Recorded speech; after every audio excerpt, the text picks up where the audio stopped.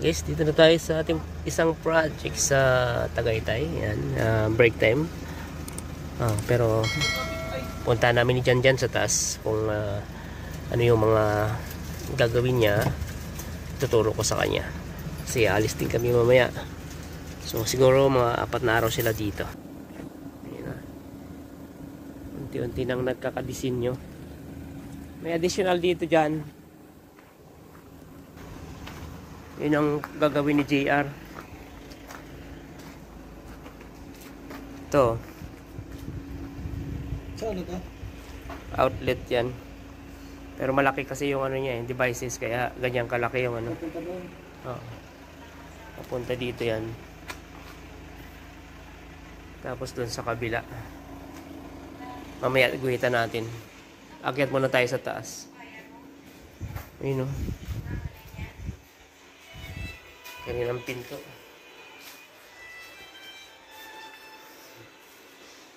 Time. Ayan. So mamaya ituturo ko yung additional dyan. So yun, doon muna tayo sa taas. Ay, hindi pwede dumaan dito. Doon tayo sa may ano. Sa may, punta tayo doon sa taas muna. Yung taas ang pwedeng i-priority mo eh. Dito tayo sa ginawan lang hagdan.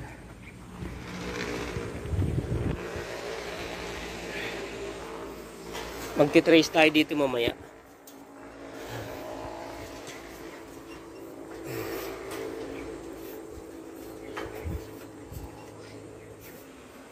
Ito,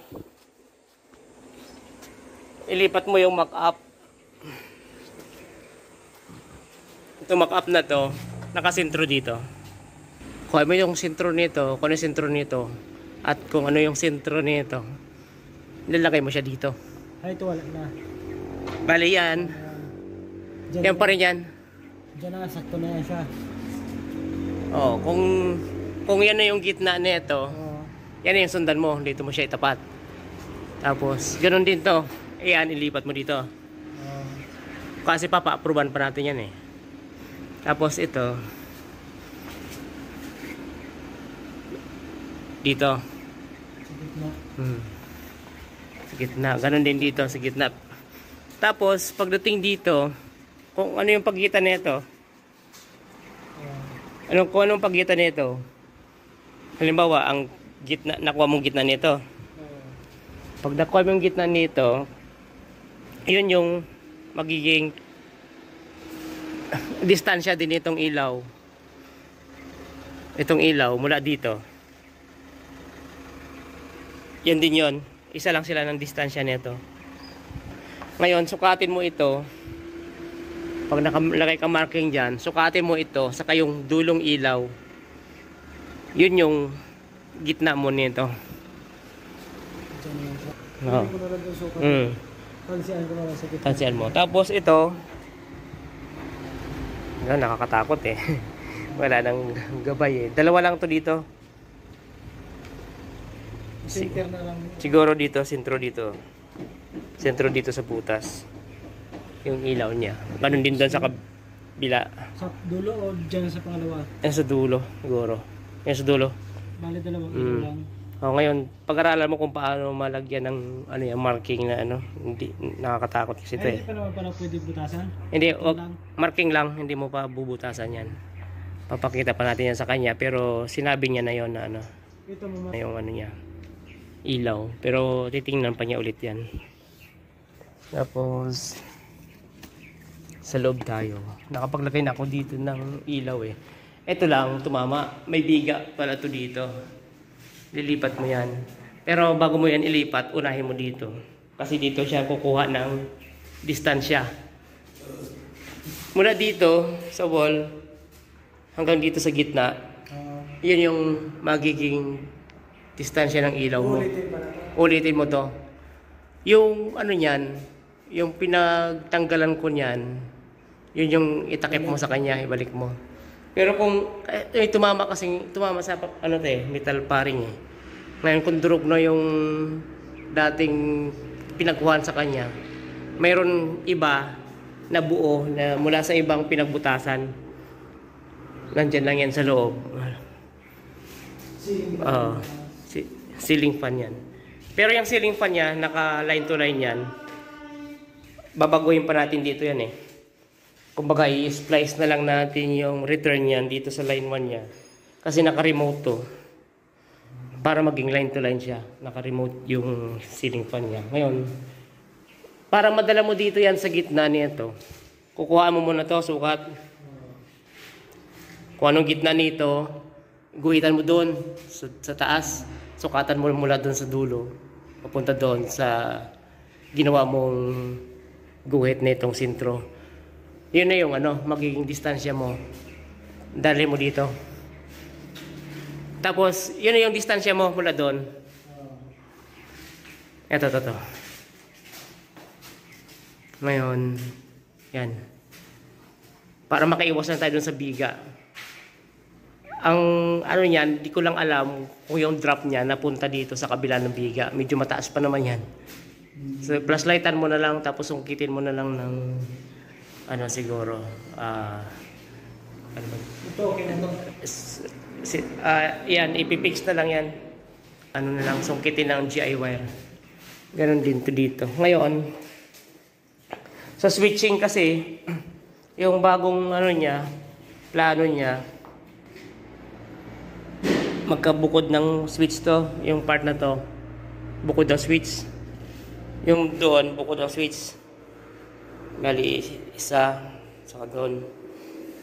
Kaya, trigang pa rin to, ang isa nito sa labas. Hahanapin natin ngayon, kasi ito magkasabay lang lahat yan eh. Ito, sa wiring magkasabay yan lahat. Ngayon, 6 kasi ang abang dyan eh. Merong gitna. Siguro yung nasa gitna, kasi bukod yun eh. Yun yung dadalhin mo na drop niyan. Tapos drop nun. Huwag mo na palang kunin yung dating drop nun. Ang magiging drop mo na, yun dito. Sa yung magiging drop lang nito ha. Pero ito, ang drop niyan, yun na yung original. Dati na, hindi mo na babaguhin yan. Ito lang. Siguro bubutas tayo dito mamaya. Para matrace natin yung isang wire. Dudugtungan na lang natin yon papunta doon at papunta dito yung isa. Yung isa dito para sa additional na nandiyan sa labas. Yung nasa labas na ilaw, additional yon. Kaya trigang pa rin to. Tapos ang gagawin natin doon sa kabila, sarado na tayo. Yung CR, ito okay na to. Lang, tumapat lang sa metal paring eh. Gupitin na lang yung paring. May drop na yan dyan. Okay na to. Yan nalagay ko na. Ngayon, doon sa kabila. Ito, may mga mahaba akong dalang screw dyan. Iiwan ko sa'yo. I-fix mo na lang to. May additional pa dito yan eh. Outlet. Bali 5. Ito to. Ito na yan Pero ang gagawin mo diyan, itong sentrong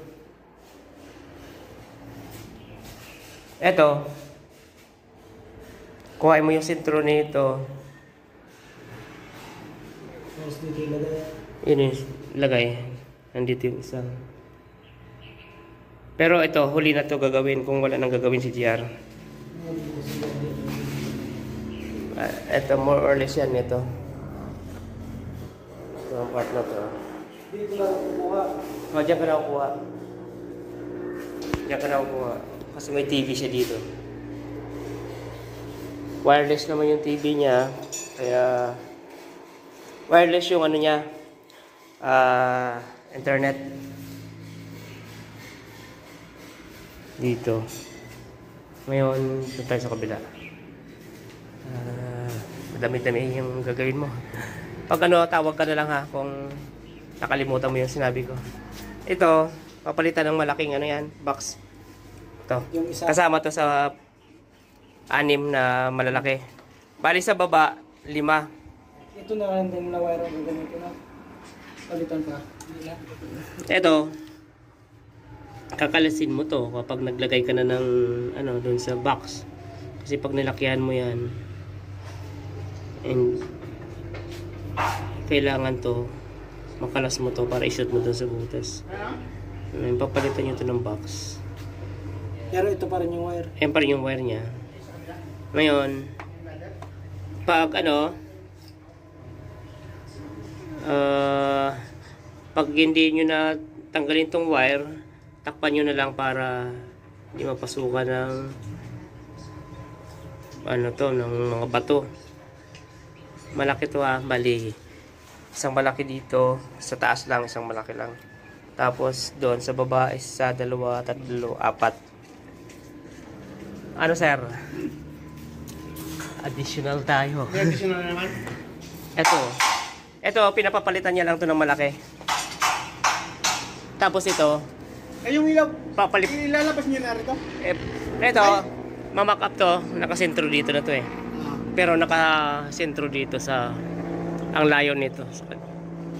Yung si Papa pala yung sa kisame, hindi na ilabas daw. Yung sa kisame, mamakapan pa yon. Yung sa baba. Para ilabas yung kandan, yung wire. Kahit hindi na ilabas yon kasi gypsum board naman yun doon sa baba Di ba gypsum board yung Ngayon, pag na-aproban yung ilalagay namin na mock-up doon, saka na namin butasin. Ito lang ang medyo to Hindi na maulit pag hindi na pag nabutas to, wala na. Pero sabi niya, yung ilaw niya dito parang mapagawin na naman. Yung hindi yung yung naka-usli ata. Hindi, yung itong okay na ang ganito. Ulitin yan. Bali, eto magiging gitna na nito. Gitna nito pero gitna dito. So, dito yan. Paano yung pagkon dyan? Yung babaklas dyan? Hindi na mabaklas yan. Eto, hindi na mabaklas. Hindi na. Yan na yan. Hindi ko alam kung paano i-retouch yan. Hindi niya. Pag binaklas mo, umpisa ka talaga sa dulo niyan. Hindi man pwede ba makabaklas? Hindi na mo na mabaklas yan kasi may mga bakal na yan Siguro, i-retouch na lang siguro ng painter yan. Yung butas? Yung butas na maliit na yan Ay, yung pwede. Oo, pero yung paano magkabilaw, kaya nyo na yun. Yung sa ilaw, dudukutin na lang namin yan. Kung sakaling dito yung niya, dudukutin na lang namin to. Dito? Oo. Babaklas kayo nang ka? Hindi na. Bubutasin lang namin yan. Halimbawa kung ang bibili niyang ilaw ay yung resist type, yung pin light, dudukutin na lang namin yan. Ngayon, ang gusto niyang mangyaring switch, yung dulo, saka yung dulo, magkasabay, saka yung nandun, sa dulo-dulo dun sa dalawang likod dun. Meron akong isang abang dito. Dati, nilagyan ko to abang Ang gagawin, kasi ito, isang switch lang yan. Lahat? Lahat. Isang switch lang yan. Magkayo ba lang yung sa dulo tsaka yung dulo dito? Dati, ngayon magkasabay pa yan. Ngayon, ang gusto niya mangyari, ibubukod yun. Dulo, saka yung dulo. Ngayon, para maibukod mo yun, pag nakuha natin yung nandito, yun yung magiging switch nitong nasa pagitan nitong mga design niya. Tapos yung nandoon, saan papasok po? Papasok. Dahil dudukutin lang natin, nandito lang naman yan banda Kung halimbawa nandito yung ating ilaw, di ba lapit na dito yung nandito lang yan sa gitna nito. Tsaka na yun. Saka na yun. Saka na yun, pero unahin mo yung marking. Ngayon, ang doon,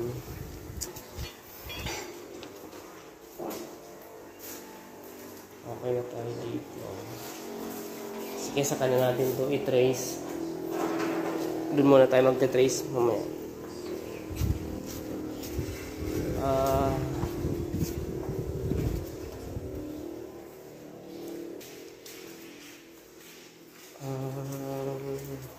Lagyan mo ng ilaw. Ito. Pwede mo nang lagyan ng ilaw yan. Nakasentro na yan. Nakagitna na. Ito, i-trace natin mamaya. Kasi bukod yung switch doon. Bukod yung switch dito. Saan? Dito? Yung sa headboard, magkasama. Sa footboard, magkasama. Kaya ang magiging switch niyan sa dalawa. Ito, tatlo ito dahil meron tayong ano dyan, ilaw sa labas. Ngayon, i-trace natin yan kung Saan yung ano? kung yung return nito Papunta doon.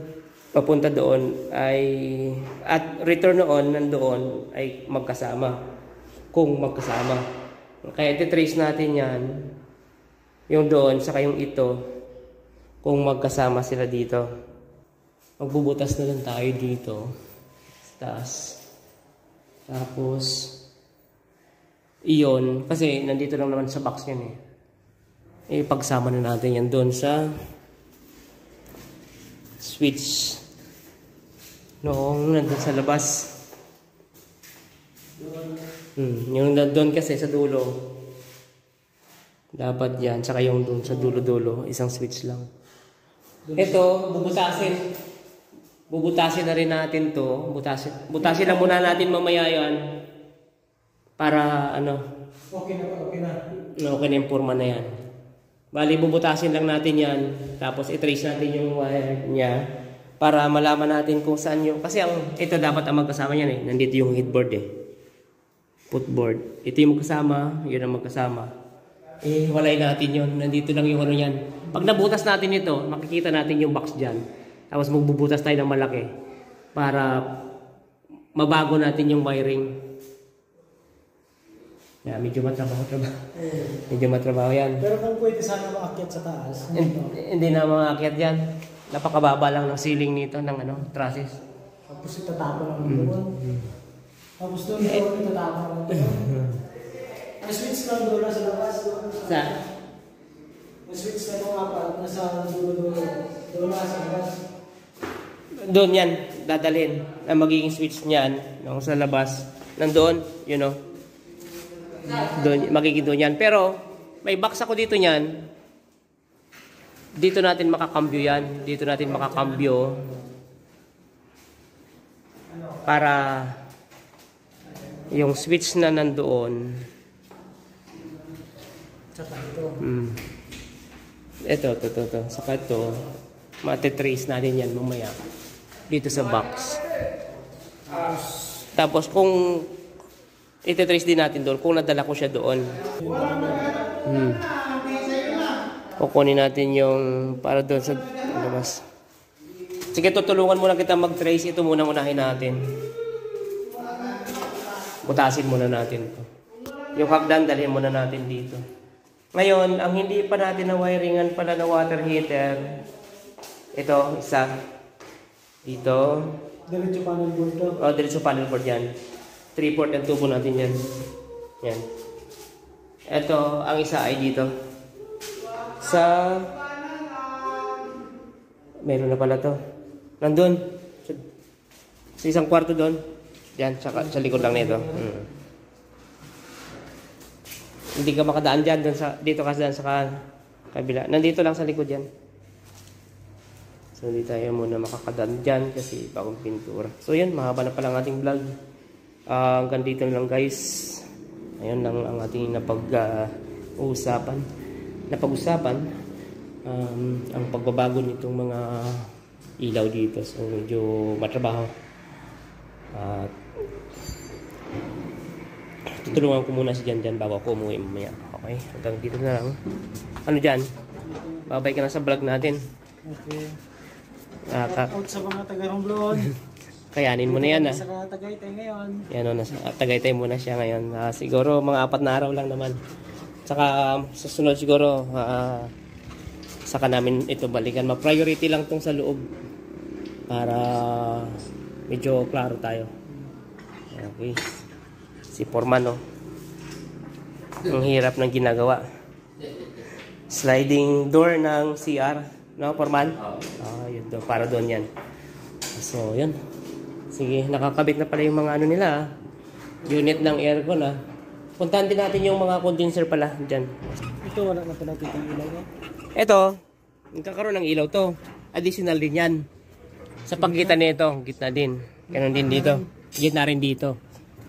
Mamakapan mo din yan. Mock up lang. Tapos, pagdating dito, gitna. Pagdating doon dyan, doon sa gitna lang nito, sa kanong isang design na yon. Yung design. Doon sa gitna lang.